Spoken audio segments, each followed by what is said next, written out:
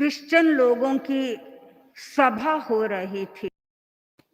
एक पादरी उसमें भाषण दे रहा था और भाषण में उसने कहा कि मैं ईश्वर को धन्यवाद देता हूं कि मैं ईसाई बना।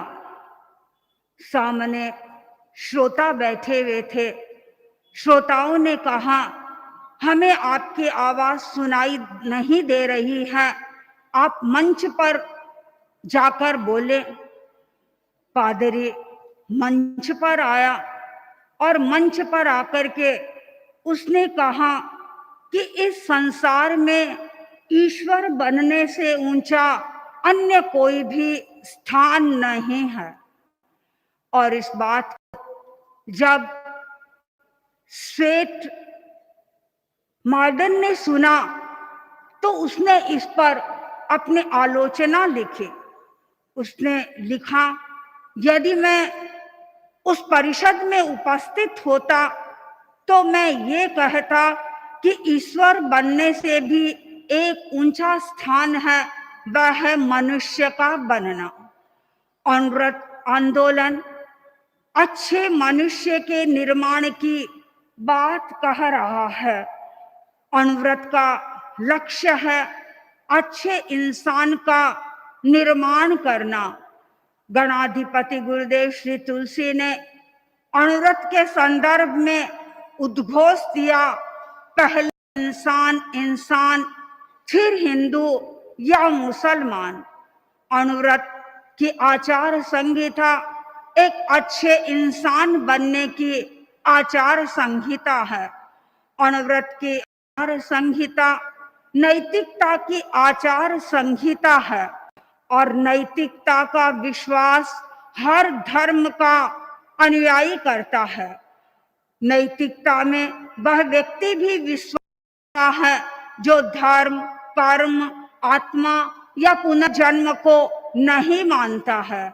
आस्तिक लोग नैतिकता में विश्वास करते हैं, नास्तिक लोग भी मानते हैं, और फिर चाहे वह समाजवादी हो, साम्यवादी हो, पूंजीवादी हो, सब लोग नैतिकता में विश्वास करते हैं। नैतिकता के द्वारा व्यक्ति के जीवन का उत्थान होता है और आचार्य प्रवर ने इसी जीवन के उत्थान करने के लिए अनवरत आंदोलन का प्रारंभ किया। आचार्य श्री तुलसी दूरदृष्टा थे, वे भविष्य दृष्टा थे। वे भविष्य की समस्याओं को अपनी आंखों के सामने देखते थे। समूची मानव जाति के कल्याण का उनके मन में एक सपना था। मानव जाति के उत्थान के लिए उन्होंने अनवरत का सिंहनाद किया, अनवरत को जनता के सामने प्रस्तुत किया और उसका एक नया रूप बताया। अनवरत एक धर्म है। कैसा धर्म? जिस धर्म का किसी भी संप्रदाय के साथ में संबंध नहीं है और उस धर्म को किसी भी संप्रदाय का व्यक्ति स्वीकार कर सकता है और स्वीकार करके अपने जीवन को अच्छा बना सकता है। अनवरत वर्तमान के जीवन को अच्छा बनाने की प्रेरणा देता है। अनवरत को अपनाकर एक व्यक्ति अपने जीवन को अच्छा बना सकता है। अनवरत किसी व्यक्ति को परलोक का आश्वासन नहीं देता है। अनवरत का विश्वास चरित्र में है। उपासनात्मक जो पद्धतियां हैं, अनवरत उनका विरोध नहीं करता। एक व्यक्ति चाहे चर्च में जाए, चाहे वह मंदिर में जाए, चाहे वह मस्जिद में जाए, अनवरत कभी नहीं कहता है कि तुम वहां मत जाओ, कहीं पर भी जाओ, लेकिन अपने जीवन को पवित्र बनाए रखो। अपने जीवन में तुम चरित्र को महत्व दो। और जो व्यक्ति अपने जीवन में चरित्र को महत्व देता है, नैतिकता को महत्व देता है, वह अच्छा इंसान बन सकता है। अनवरत का संदर्भ किसी जाति के साथ में नहीं जुड़ा हुआ है। ये नहीं है कि कोई जैन परिवार में जन्म लेने वाला व्यक्ति ही अनुव्रत को स्वीकार करेगा। अनुव्रत का संबंध किसी देश के साथ में भी जुड़ा हुआ नहीं है कि अनुव्रत हिंदुस्तान में जन्म लेने वाला व्यक्ति ही उसको अपना सकता है। अनुव्रत किसी जाति के साथ, किसी देश के साथ में या किसी प्रांत के साथ में, किसी भाषा के साथ में नहीं जुड़ा हुआ है। जो व्यक्ति अपने बारे में यह सोचता है कि मुझे एक अच्छा इंसान बनना है, वह व्यक्ति अनुव्रत को अपने जीवन में अपना सकता है। अनुव्रत की व्याख्याओं को जिन लोगों ने सुना, कई ऐसे नास्तिक लोग थे, वे आस्तिक बन गए। परम पूज्य गणाधिपति गुरुदेव श्री तुलसी महाराष्ट्र की यात्रा कर रहे थे, सटारा में पधारे और वहां रात्रि के समय प्रवचन किया। प्रवचन में अनुव्रत के बारे में चर्चा की, विश्लेषण किया और प्रवचन के बाद एक युवक दौड़ता हुआ गुरुदेव के पास में पहुंचा और उसने कहा कि मैं अपनी बात आपके सामने रखना चाहता हूं, मैं कुछ बोलना चाहता हूं। आचार्यवर ने उसे बोलने की स्वीकृति दी।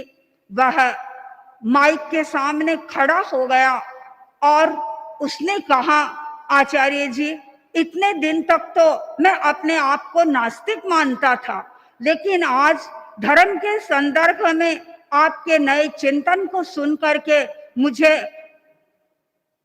आस्तिक बनने में गौरव का अनुभव हो रहा है और अब से मैं अपने आप को आस्तिक कहूंगा। अनुव्रत की विचारधारा को समझने वाले व्यक्ति नास्तिक से आस्तिक बन जाते हैं और अपने जीवन को एक नई दिशा दे देते हैं। अनुव्रत, जैसा कि इस नाम से ही हमें एहसास होता है, अणु यानी छोटा और व्रत यानी संकल्प।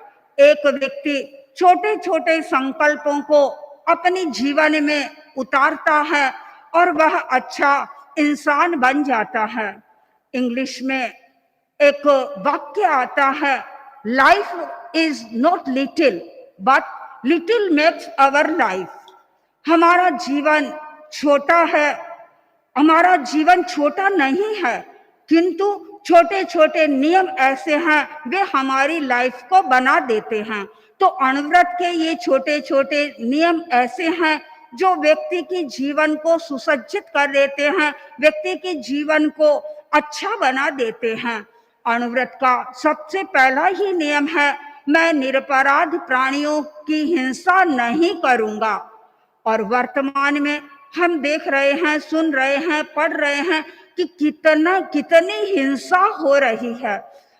अफगानिस्तान और तालिबान का ताजा उदाहरण हमारे सामने है। किस प्रकार निरपराध लोगों की हिंसा हो रही है। काश वे अनुव्रत के इस नियम को समझते। जो व्यक्ति अनुव्रत के इस नियम को समझता है, वह व्यक्ति आत्महत्या नहीं करता है, वह व्यक्ति परहत्या नहीं करेगा और वह व्यक्ति भ्रूण हत्या के क्षेत्र में भी प्रवेश नहीं करेगा। भ्रूण हत्या का जो विस्तार हो रहा है, जो भ्रूण हत्याएं हो रही है, उसे देख करके एक कवि ने लिखा है, जारी रहा यह क्रम अगर वो, जारी रहा क्रम अगर वो ही हमारे नाश का, तो अस्त समझो सूर्य भारत भाग्य के आकाश का, अस्त समझो सूर्य भारत भाग्य के आकाश का। यानी उस कवि को इतनी चिंता हो रही है, यदि इस प्रकार ये समस्या बढ़ती रहेगी तो भारत की क्या स्थिति होगी। यदि अनुव्रत के इस छोटे से नियम पर ध्यान केंद्रित किया जाए तो शायद देश की तस्वीर बदल सकती है, देश का नया नक्शा हमारे सामने आ जाता है। अनुव्रत का एक नियम है, मैं मादक वस्तुओं का प्रयोग नहीं करूंगा। नशा किस प्रकार आगे बढ़ रहा है और मनुष्य को वह लील रहा है, मनुष्य के नाश का वह कारण बन रहा है। परम पूज्य आचार्यवर ने अभी दक्षिण भारत की यात्रा की, पूर्वांचल की यात्रा की और उस यात्रा में एक नियम था कि नशा मुक्ति का। अनेक लोगों ने, अनेक नहीं हजारों लाखों लोगों ने इस नियम को स्वीकार किया और नियम को स्वीकार करके अपने जीवन को अच्छा बनाया।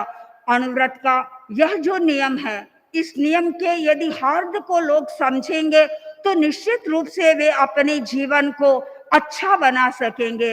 अनुव्रत का आंदोलन व्यक्ति के परिवर्तन का आंदोलन है।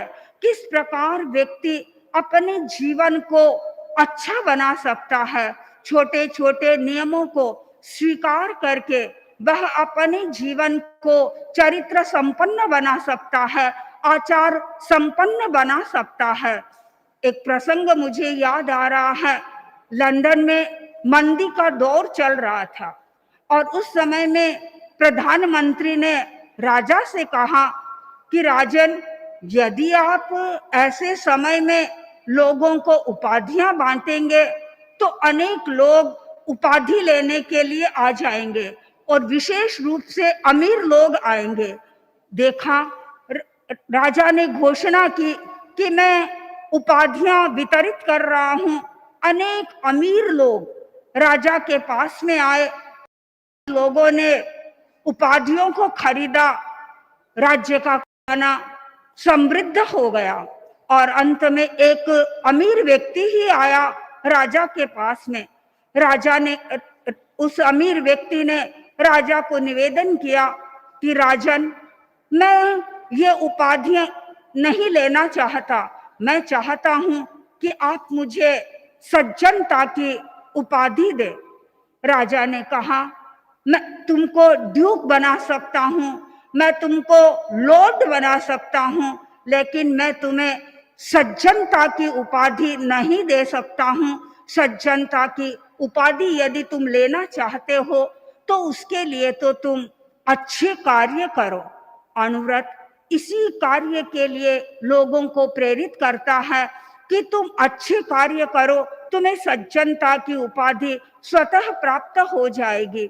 अनुव्रत के नाम पर जब हम फोकस होते हैं तो उसके वह नाम ही हमें ऐसा संदेश देता है जिसे अपनाकर एक व्यक्ति अच्छा जीवन जी सकता है।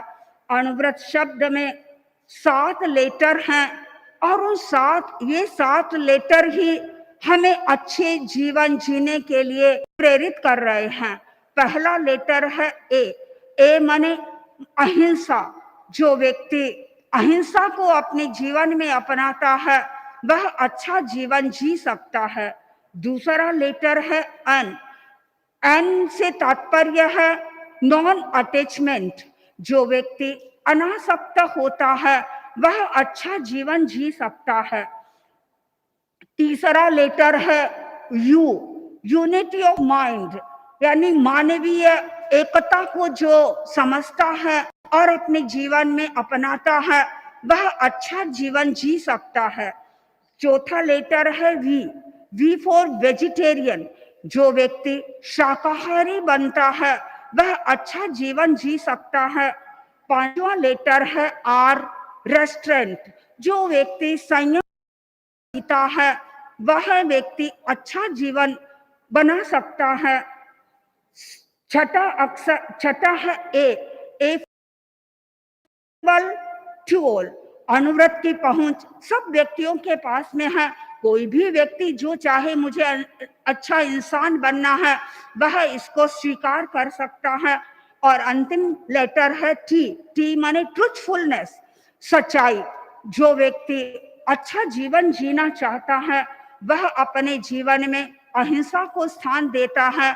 वह व्यक्ति अपने जीवन में अनासक्ति के भावों का विकास करता है।